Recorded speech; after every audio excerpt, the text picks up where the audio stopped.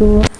Perkenalkan, kami dari kelompok 11 beranggotakan Siti Nurhajijah, baik sebagai pengolah data dan editor, lalu Siti Fatimah Az-Zahra dan Muhammad Wahyudi sebagai penyaji data atau bagian menjelaskan data. Baik, langsung saja di sini kami akan membahas langkah-langkah dalam membuat tabel frekuensi menggunakan Microsoft Excel. Jadi, pertama-tama kita menyiapkan data atau sudah memiliki data. Di sini, data yang dipakai adalah data nilai statistik mahasiswa. Lalu, langkah pertama yang dilakukan dalam menghitung atau membuat tabel frekuensi adalah mengetahui banyaknya data dengan menggunakan rumus CONA. Lalu, datanya diblok, lalu enter. Nah, jumlah data yang disiapkan ada 50 data mahasiswa. Dan yang kedua, mencari nilai yang terkecil dan nilai terbesarnya. Nah, di sini kita mengetahui kelebihan dari Microsoft Excel, di mana tidak perlu lagi untuk mengurutkan datanya dalam mencari yang terkecil dan yang terbesar. Bisa dilakukan dengan menulis rumus saja. Seperti dalam rumus, yang terkecil adalah min, lalu diblok dan enter, sehingga didapatkan nilai terkecil dari data ini adalah 40. Lalu untuk yang terbesarnya menggunakan rumus max, lalu blok dan enter. Adapun langkah selanjutnya adalah mencari range datanya dengan rumus terbesar dikurang terkecil, sehingga mendapatkan range-nya. Kemudian menghitung jumlah kelas atau jumlah kategorinya dengan menggunakan rumus Sturges 1 plus 3 3,22 dikali, tetapi dalam Microsoft Excel tanda kali adalah digunakan dengan tanda bintang. Lalu setelah itu log n, adapun n-nya adalah 50, kemudian enter. Kemudian menghitung panjang kelasnya dengan rumus range dibagi dengan jumlah kelas, sehingga sudah mendapatkan jumlah kelas dan panjang kelasnya. Lalu dari hasil jumlah kelas dan panjang kelas dibulatkan ke atas, di mana jumlah kelas dibulatkan menjadi 7 dan panjang kelas menjadi 8.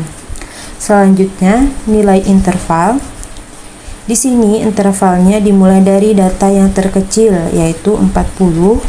Kemudian di sini karena panjang kelasnya 8, lalu rumus interval tepi atas itu adalah sama dengan batas bawah ditambah 8 dikurang 1.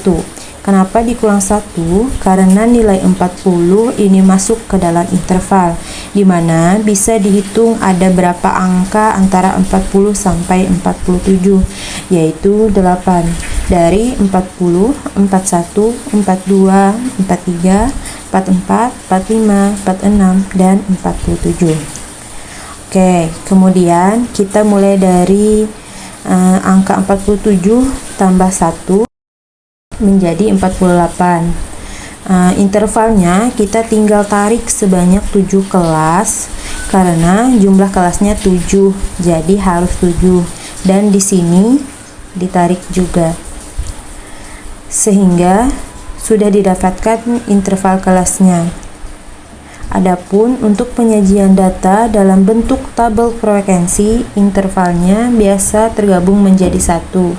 Di sini sama dengan pakai rumus concatenate, kemudian 40 batas bawah dibuat pemisah, 47, kemudian enter. Dan untuk selanjutnya tinggal tarik ke bawah. Nah, ini biasanya dalam tabel frekuensi disajikan dalam bentuk seperti ini.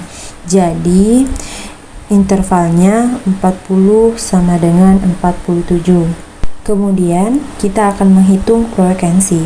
Adapun dalam menghitung frekuensi, ini diblok dulu, lalu sama dengan frekuensi, kemudian datanya diblok, lalu di koma di blok batas atas dari interval tersebut, kemudian di enter. enternya menggunakan kontrol jadi shift enter. Jadi dapat frekuensinya seperti ini. Adapun untuk membuktikan jumlah datanya itu sama dengan sum, lalu di blok bagian frekuensi dan enter menjadi 50, sehingga jumlahnya sama dengan N yang tadi, berarti sudah benar. Kemudian kita menghitung frekuensi relatifnya.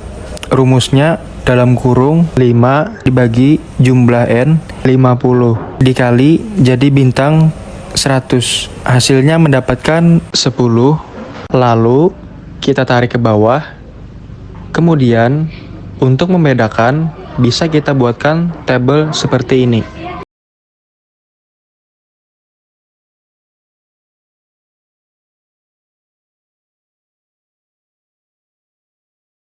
Setelah selesai, kita lanjutkan membuat grafik diagram batang. Akan membuat grafik diagram batang dengan cara klik diagram pada menu di atas. Setelah itu, klik diagram batang, lalu kita custom sesuai keinginan agar diagram batang tersebut terlihat lebih menarik. Di sini kita akan membuat grafik diagram batang nilai ujian statistik. Dari gambar tersebut, terlihat rata-rata nilai mahasiswa tergolong cukup karena siswa yang mendapatkan nilai 64-71 sebanyak 10 orang. Sedangkan yang mendapatkan nilai 88-95 sebanyak 8 orang. Selanjutnya, kita akan membuat diagram garis. Untuk membuat diagram garis, kita hanya perlu membandingkannya dengan diagram batang.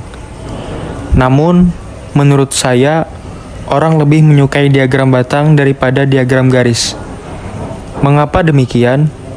Karena diagram batang dapat lebih mudah untuk menyimpulkan data terendah dan data tertinggi.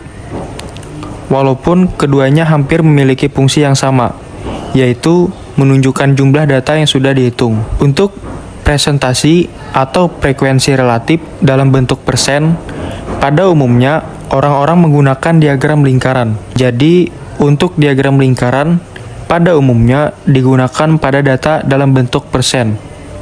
Sekiranya cukup jelas apa yang saya sampaikan, kurang lebihnya saya meminta maaf. Semoga apa yang saya jelaskan dapat dipahami dan dapat dimengerti.